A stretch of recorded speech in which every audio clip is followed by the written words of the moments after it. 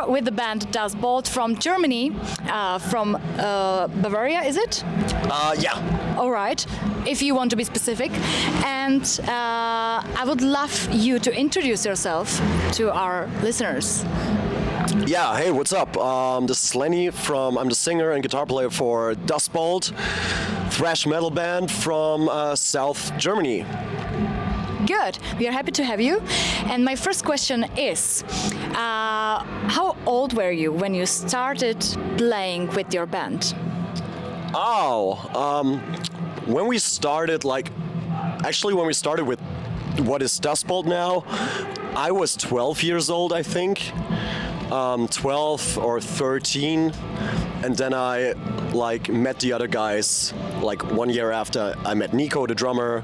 1 year later I met Flo, the guitar player, so it was around that time in school. But was it already Das Bolt? Because I read you had a different name, we had right? a different name. We had a different German name, Yeah. You gotta start somewhere, you know. You're a young kid, so you gotta just start with. So you just didn't think worldwide yet. You were just. No, the thing was at that time we came out of the punk rock scene somehow. You know, that was where we grew up, punk rock and more hardcore. And then I think by time we explored metal music, and then we tried to take the energy that we learned from punk and put it into the metal thing with playing like crazy, you know, a lot of riffs and solos and stuff, because it was just interesting to us and somehow a way to get rid of all the, you know, anger and emotion. And so it turned out to be thrash metal, which is quite punky somehow, at least how I feel it. It's dirty, so yeah. Exactly, and I like dirty music, so I like rock and roll, so I think it all makes sense somehow, yeah, I hope. Okay, what was your biggest influence in the beginning? In the beginning? I mean, I grew up at that time where Slipknot just was like the one band on MTV and stuff, so I think Slipknot was one of the first bands that got me into metal. And then from there on I moved to Metallica, of course, the newer stuff, because it was just available, and then I heard the old stuff and it was like, really? And then, you know, then came Judas Priest and all these other bands, but at that time, I was like, when metal opened up for me, I was so interested in metal, I tried to pick up everything, from death metal to, I just wanted to know everything about the whole genre, so it was all over the place, you know, all thrash metal bands, death metal bands, like heavy metal bands, you know, all of them. But did you find this genre or this kind of music on your own, or did you grow up in that? I think I found it by myself, and then I met people. I thought I'm the only person in this whole world who knows about this music, and I'm alone forever. And then I met other people wearing like metal shirts, and I was like, wow, there's one of those dudes, you know, and they would give me CDs, and they would give me like, you know, they were like, Slipknot is shit, listen to this is Iron Maiden. I was like, what? Okay, cool, I tried. Then I listened to Iron Maiden, you know, and then Pantera and stuff, so yeah, it was friends and people that, you know, everybody exchanged music at that time. That was cool.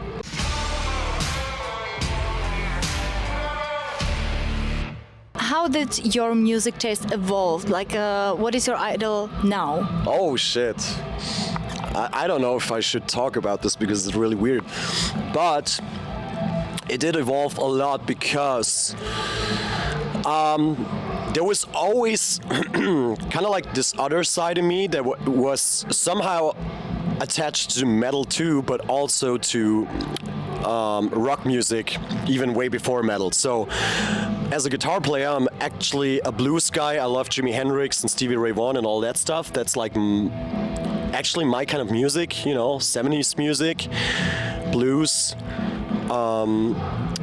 So that is the other side of me, and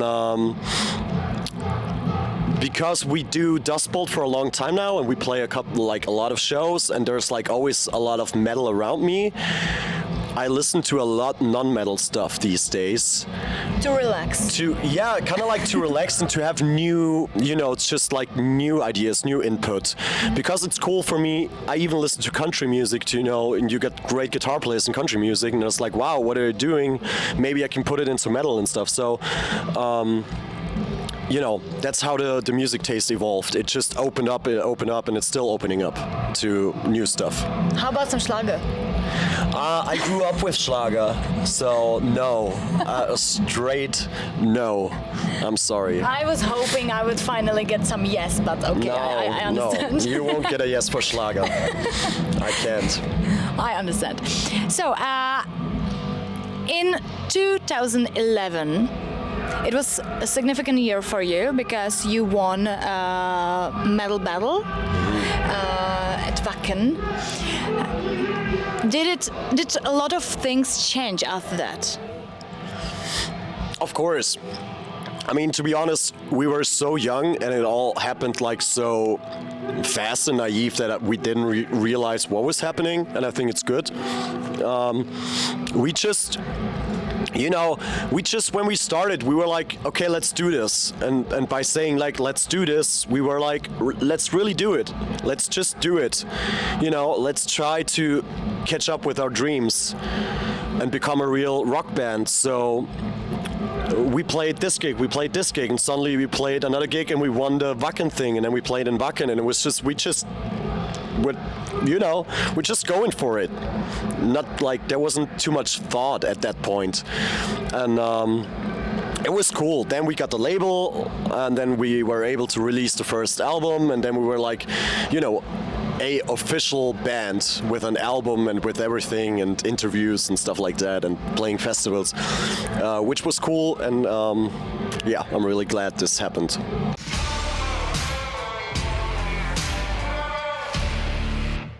You are now in the Czech Republic. Yeah. Are you here for the first time? No. No, not at all. We played a bunch in Czech Republic. We love it here. Okay. Absolutely. So, since you played here for several times, what is your feeling here? How do you like the audience? How do you like the atmosphere? So, I love Czech Republic for multiple reasons. I love the people. They're all really, they have big hearts, super nice, super welcoming. I love that. I don't drink beer that much, but the beer is really tasty. There's so many nice cities in Czech Republic. Many people don't know all this like small towns and small cities. They're so beautiful. I love them.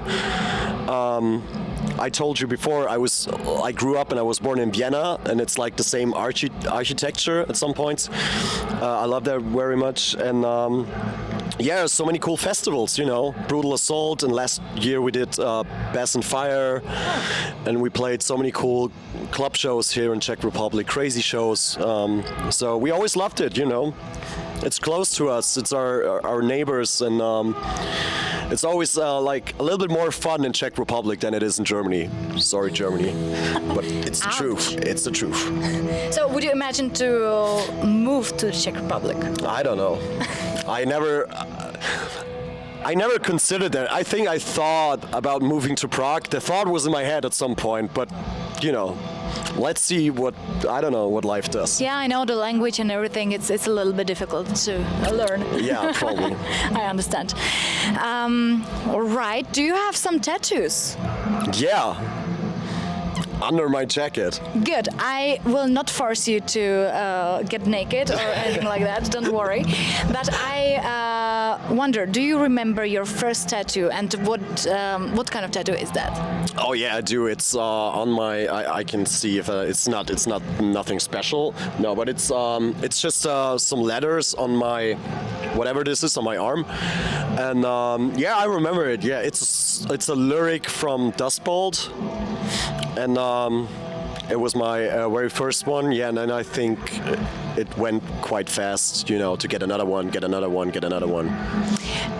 Okay, talking about first things, first times, do you remember your very first concert? Like big concert, like real It doesn't have to be big. Like So the very first rock concert I saw was a cover band playing in my small village where we lived as a kid, and I was like I was flashed. I was like, wow, what the fuck is this? This is so cool. And I went home crying because I thought I will never be able to do that, like standing on a stage and be cool, which is funny. And I think a couple of years later was Stone Sour. That was my first real big concert I saw. okay. Because I was Slipknot fan. Slipknot was not touring, but Stone Sour was, so I went there. Yeah.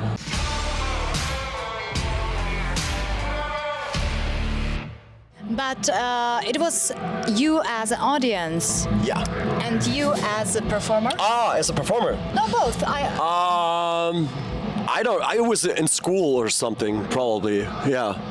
I think it was in school, and then probably was with Dust Bowl, which is now Dust Bowl. We played some small gigs, yeah, really embarrassing gigs at the beginning, yeah. Embarrassing, dude? Yeah, it was embarrassing, I think, yeah. Okay, so it was very difficult to get through the part when you got together, like musically somehow, and then it started to work out, or what kind of memories do you have from it? Why was it embarrassing?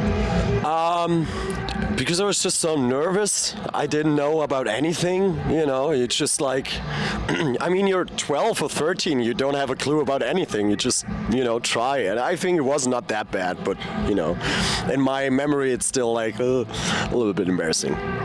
I erased it, it's gone, I don't think about the past too much. All right. You are the songwriter, mostly. Yeah. Do you write on your own, or do you work with the guys? It depends. So I do work a lot on my own, and then I bring it into the band and bring it to the guys, and then we work together on it. Or Flo, the other guitar player, he comes up with ideas and he sends them over to me because I'm the singer and I gotta see where the vocals go. And now we got a new guy on bass, Yannick, and he also brings in some ideas and stuff. So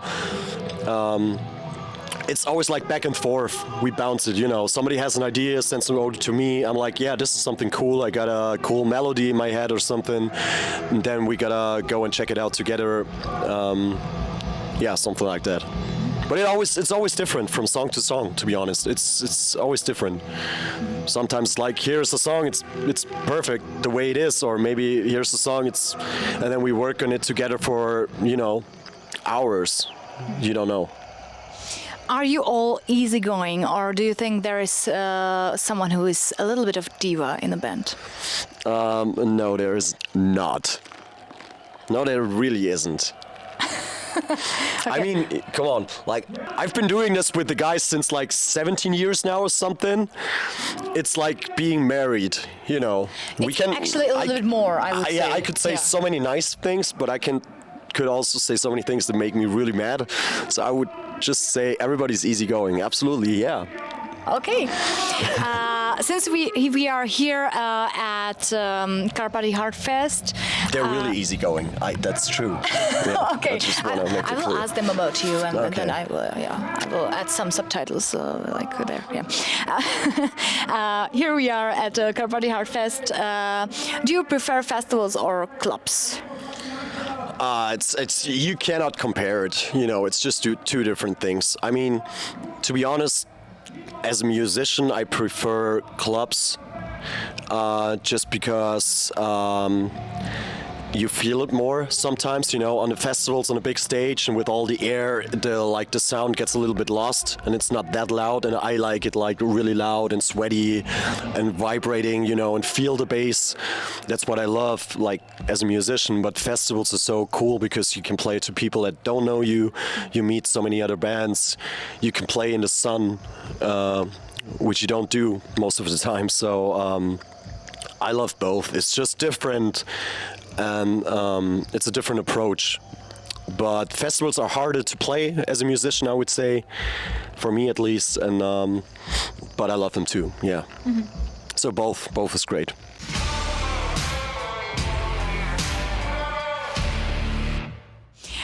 Your latest album is from 2024, right?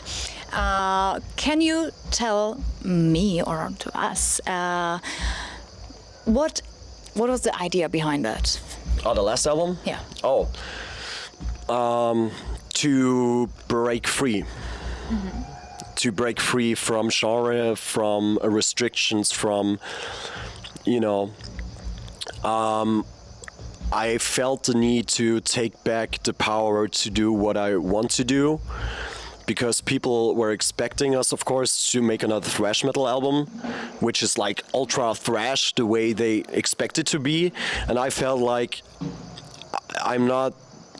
I would not be a responsible artist, if I want to call myself like that, if I would do what people expect of me. So I got to do something else, what people don't expect of me. And I like the idea that people would probably hate it and be like confused. So we made sure that we really loved it. And that was all that mattered, you know. We just wanted to like let's make it. It was different circumstances. It was like after the pandemic, we didn't play live. We had time in the studio, time to, you know, just do something different, and it was the time to do something different. And so we made sure that we really like it, love it, and then it doesn't matter what other people say because you're like 100% behind it, you know. So that was, I think, the idea of Sound and Fury, yeah. Last questions. What was the weirdest experience you had with a fan? Can you remember something? Like, I think we're really nice, so I don't like remember too much of stuff. But I remember there was once, it pops up into my head, I'm sorry. There was one girl and she was somehow like really addicted to hair. And she wouldn't stop like following us and always touch her hair, which was, you know, fair enough. And it was like, hey, can you please stop and stuff? And then we went to a bar. And it was the whole night, wherever you were, just ordering a beer and you didn't expect it. Then you felt something like, something's weird. And she was behind you and touching your hair like all the time, like crazy. And that was just confusing, you know. It was all right, but Yeah, it was weird to tell somebody to please stop, touch your hair. You know, it's like you don't have that often. You don't experience it every day. Yeah, exactly. It was weird, but other than that, no, it's all easy. All right, thank you so much. Do you want to say something to our listeners at TV Rebel? Hell yeah, we are writing new music right now, which means we bring out new music very soon and a new album next year. And we come back to Czech Republic. I already talked to our friend Peter, who does all the shows for us here. And we look forward to come back next year and play gigs and hopefully see you all. We are looking forward to hear you again. Thank you. Thank you very much. Děkuji.